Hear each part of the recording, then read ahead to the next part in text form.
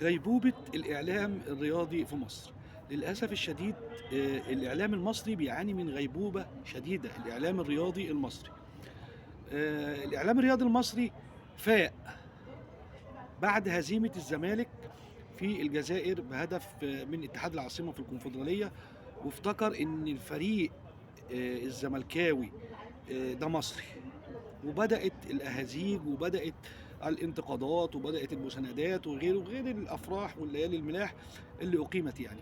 كويس إن هم افتكروا إن فريق اسمه الزمالك بيلعب باسم مصر ومنتظرين المباراة النهائية.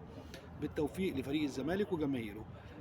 أيضا عايز أقول لهم إن نادي بيراميدز أيضا على أرض مصرية وفريق مصري، أيا كان ملاكه إماراتيين، ولكن فريق بيراميدز بيلعب كأس مصر وخد كأس مصر، ولا أكن في كأس مصر، ولا أكننا بنلعب أقدم بطولة في مصر. للأسف الشديد برضه الإعلام الرياضي في غيبوبة. أنتوا عايزين إيه بالظبط؟ يعني عايزين إيه عشان تقدروا تتكلموا وتتناقشوا وتقولوا البطل ومش البطل؟ يعني في بجد غيبوبة متعمدة من الإعلام المصري.